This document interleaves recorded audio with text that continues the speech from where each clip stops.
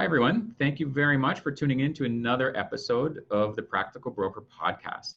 I'm really excited today to have Colt Charlebois with us to share some of his wisdom and his secrets that he's learned about being a leadership coach and a growth coach.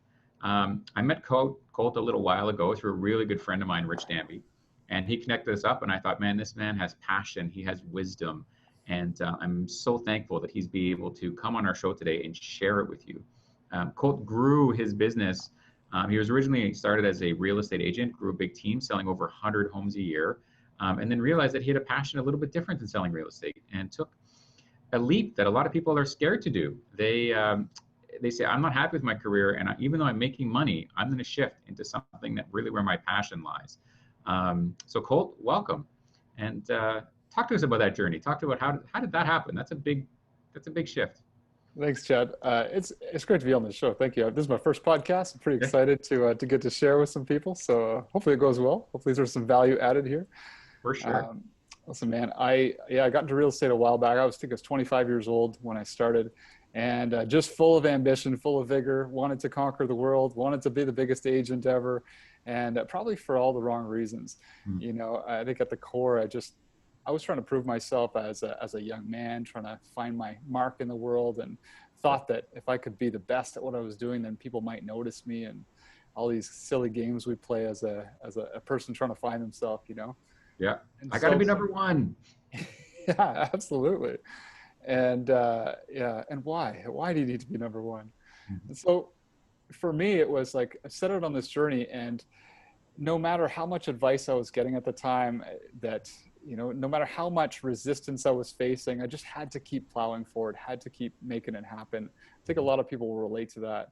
Yeah. But where it led me to was, a lot of pain. I ended up, first of all, before the team and all that, I ended up over 100,000 in debt and living in a friend's basement from trying to do all things at all times. I was in real estate. I was trying to flip houses. I was going after my financial securities license, you know, like in all directions, and no real mentors, no guidance to be able to just walk me through that process of how do you action something that you have inside of you, and maybe not making decisions for money and maybe making them out of passion and purpose. And so, so here I am several years later, just at an ultimate demise. Real estate flips gone bad.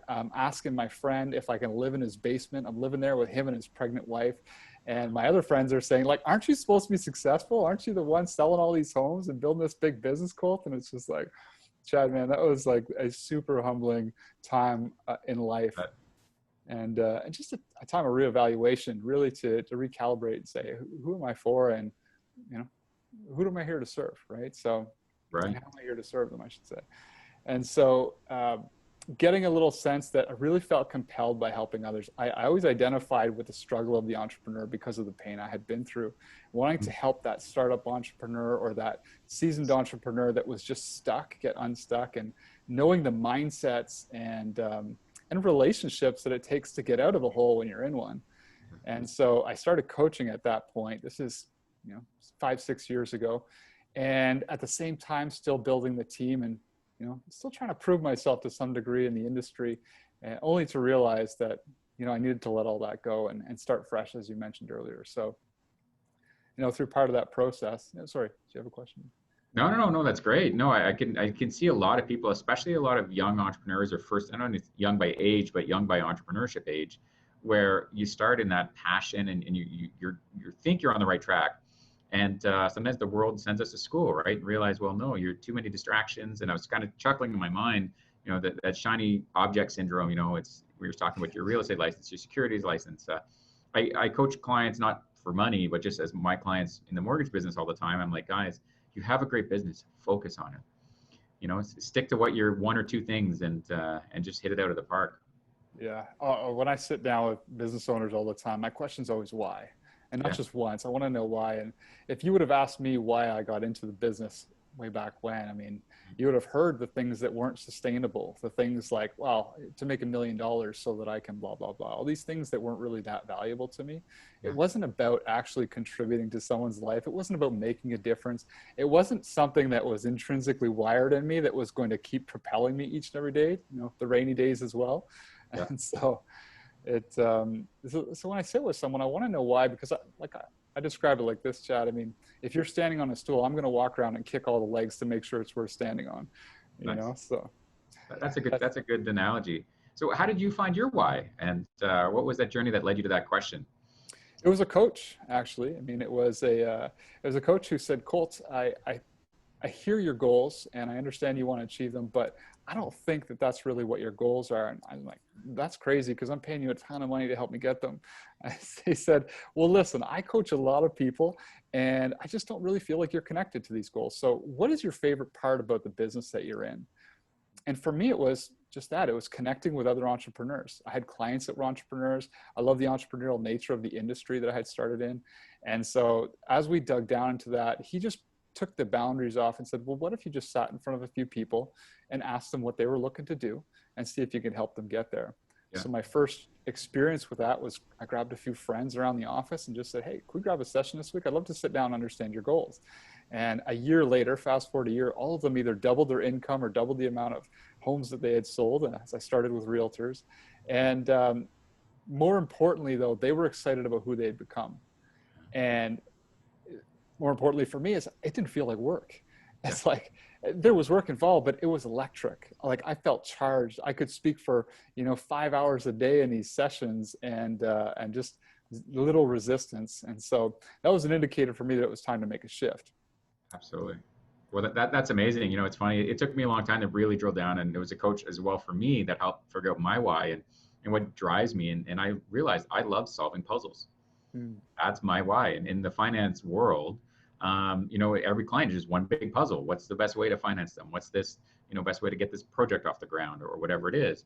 And that's what gets me excited every single day, is just solving puzzles. And it's basically, we need guys like you, because I mean, the financial world is a very complex place. So there's no simple answer even to getting private lending or whatever we're after. So yeah, definitely not anymore. So tell me about your transition. So you found your why, you found your passion, you connected with it. You're running this real estate team, which a lot of people would put as a pinnacle of career success, and then you pivoted, which is a scary thing to do for an entrepreneur. Yeah. So here's where it is. You find your why, you start pursuing it. So I was pursuing it in part, and I was experimenting with it just enough to give me enough life to go back and build the real estate team. And so you're carrying these two ideals, and I was carrying these two ideals. And it's important to have voices in your life, Chad, people that are close to you, people that can speak into your life, which I didn't have in all seasons. But in that season, I chose to ignore it because I still had this belief in me that I needed to do something in order to prove my worth. Even now, it was as a coach, and for people to hire me, for people to trust me.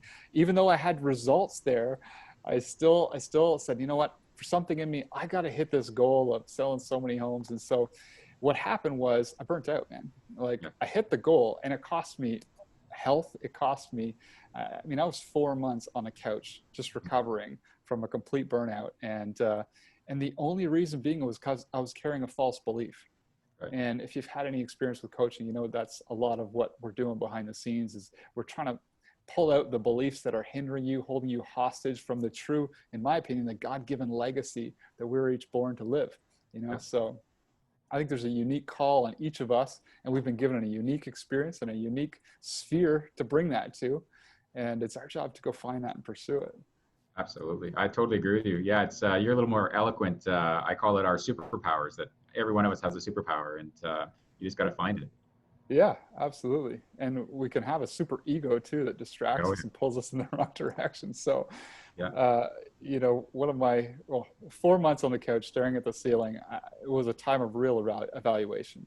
It was a time of letting everything go. And I did that. I just let it all go and started to re-envision and say, if money didn't matter, what would I really be doing with my time? Who do I want to be around? That's a great question to ask. If money didn't matter, what would you be doing with your time? Yeah, I like to ask it, in a context of if you won the Powerball tomorrow, Chad, you have $50 billion or 50 million. I don't know if they're giving billions away yet, but $50 million sitting there. And, hey, I really don't have a financial need. Who do I want to be around? What do I want to do for them? Because a life of giving, a life of serving is what makes us feel most fulfilled. Right? Absolutely. That's awesome. So then you got your coaching career going. So obviously that sounds like two big questions you ask your clients, right? What is your why? And if you had enough money, what would you be doing? Which kind of, I think, very intrinsically connected with your why. Um, how do you start finding your why? Like that's a big, we hear that all the time, right? Anthony Robbins and all the other stuff, right? Find your why, find your why, find your why. I mean, other than a lot of people are saying, why? Because I got to pay my freaking mortgage. That's why. Yeah, well, and it's true. In the beginning, there's a place of stability that we have to get into before we can explore some of the greater things. And so for a lot of entrepreneurs, their why would be to pay the bills. But there has to be something more compelling to that, because that just feels defeating every single day. You want an empowering why. And it's an exploration process that I take people on to find their why and discover it. But we look at it from several different areas of life, and what some of the best advice that was given to me in my journey of discovery was just start small. Experiment with a small why. It doesn't have to be earth-shattering, the world changing. Just get in there with a small contribution. So I think my first one was, I, as a kid, was raised single mom in the home in my younger years. And so I'd been given a snowsuit from the local snowsuit fund here in Ottawa. And I said, wouldn't it be cool to give back to them? A couple of years I had gotten these snowsuits as a kid when my mom couldn't afford one. So I just called everyone I knew and said, I'm trying to collect 1,000 pieces of clothing to donate to the snowsuit fund. Do you have anything? I'll pick it up. And so we hit the goal. We hit over 1,000, and it was my short-term why. Now, I didn't end up giving my life to that purpose, but I was able to contribute to it. It gave me motivation and purpose for a season, and it helped me discover the next phase of who do I want to serve in this season. So start small. That's great advice. Start small, baby steps. You don't need that earth-shattering why. I find that when I was at one of the Anthony Robbins events that I was at, really pushing on the big why, and it took me for a while to even struggle. Like, why do I need this big grandiose vision? Sometimes it's as simple as you just want to give back and help your community. Yeah. And so it's experimental. Like, this is not something that you'll unfold in a weekend away, but it's layers of the onion. I just keep coming at it, trying different things. And what gives me life? What brings lasting joy is part of it. It's not the only thing that's going to bring you joy.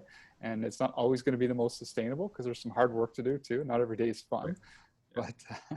But, so I'm really connected to that heart-driven leader for that purpose, as you can tell by some of the questions they ask. The person who cares about the people around them, that's in business, that wants to do it for the right reasons, wants to contribute, and finds real fulfillment in that contribution. And as part of my journey, those were the men and women around me that saw me stuck, the coaches, the mentors, the friends that were a little bit further down the road that helped pull me along the path. And so, picking up the story again, I got into coaching, and I started with realtors, started coaching these guys and girls to help grow their businesses, double their incomes. And they were thankful and they were excited about the confidence they were growing in. But then it evolved, and I hooked up with a company in the US that worked with large organizations. And we started coaching business owners here, help them develop talent for their team, find the process to find and attract top talent for the team. And so a lot of experience building team dynamics from frustrations I had building teams. You get to a certain level as a solopreneur, you're like, I'm going to need some help. And then it gets even messier, right? So that's a good question. I hear a lot about that in a lot of books I've read and podcasts, the right people in the right roles, that team dynamics concept. And is there one or two tips that, I know this is probably could go on for a month, you could write a whole thesis on this, finding the right people and how to recruit that talent. Is there a few tips you could throw out to somebody how do you identify the right team member or what you need even? Absolutely. When you're looking for talent for a team, the biggest, frustration that keeps most business owners up at night is always a who. It's never a missing process or a missing system. It's like, it's that person I'm working with that I just can't seem to keep on track, right? Yeah. So really the tip is to follow a process. Have a hiring process you take people through. Most entrepreneurs are just running by the seat of their pants, and they're like, hey, you're breathing, you're living, just jump in my organization here. Oh, you're available, you're doing good at that admin work. Well, why don't you make sales calls for me too? And so they have them kind of doing all things, and not all people are behaviorally wired. So when you follow a process that may include something like we use behavioral hiring techniques, we can make sure that behaviorally they're wired to do this role. And then we assess the things like character and their past experience as we go through this multiple stage process. So it's that slow to hire, quick to fire mentality. If you're not a good fit, we want to do you the favor, because if they're not a good fit for you, you're probably not a good fit for them either, Right. So that would be the one thing is follow a proven process and use behavioral hiring. That's a great strategy. And behavior hiring, you mean like some of the like disc kind of course or things, and or what's DISC, another? yeah, Yeah. DISC is a really good entry level one. If you're just getting into understanding personality and behavior, DISC and Enneagram is another one I use, not so much for hiring, but for team building. And then we have a tool that we use, we hire from the US. It's called the AVA assessment. So Nice. there's a lot of good tools out there. Strength Finders is another one. But having some of these tools that allow you to have an engagement and like a conversation with someone where you might draw different things out of them, than normal just Q&A. Are you answering properly? Because we assess someone how they answer. What's your biggest weakness? Yeah, exactly. Where do you want to be in 5 years, right? Yeah. No, that's So, great. Is there a book that or a podcast or something you listen to or read that as really you can give out to entrepreneurs or that you suggest to some of your clients on a regular basis? Depends on what it's for. Anything specific? There's definitely lots of them. I got a Rolodex of them. You know what? I think entry level, like if you haven't read E-Myth, that is probably one of the first places to start as an entrepreneur. You shouldn't build a business until you read E-Myth. Yeah. Just consistency in your delivery and understanding that there are a few different roles within your organization. If you're someone that's a little further down the path and looking for more strategy, something like Scaling Up is an incredible book written with a lot of coaching input. So. Yeah, those are both great books. Yeah, one of the other ones I read recently that I really resonated with me was Profit First. Not sure if you've read that one. It's really about a cash flow management aspect of it. Nice. I haven't read that.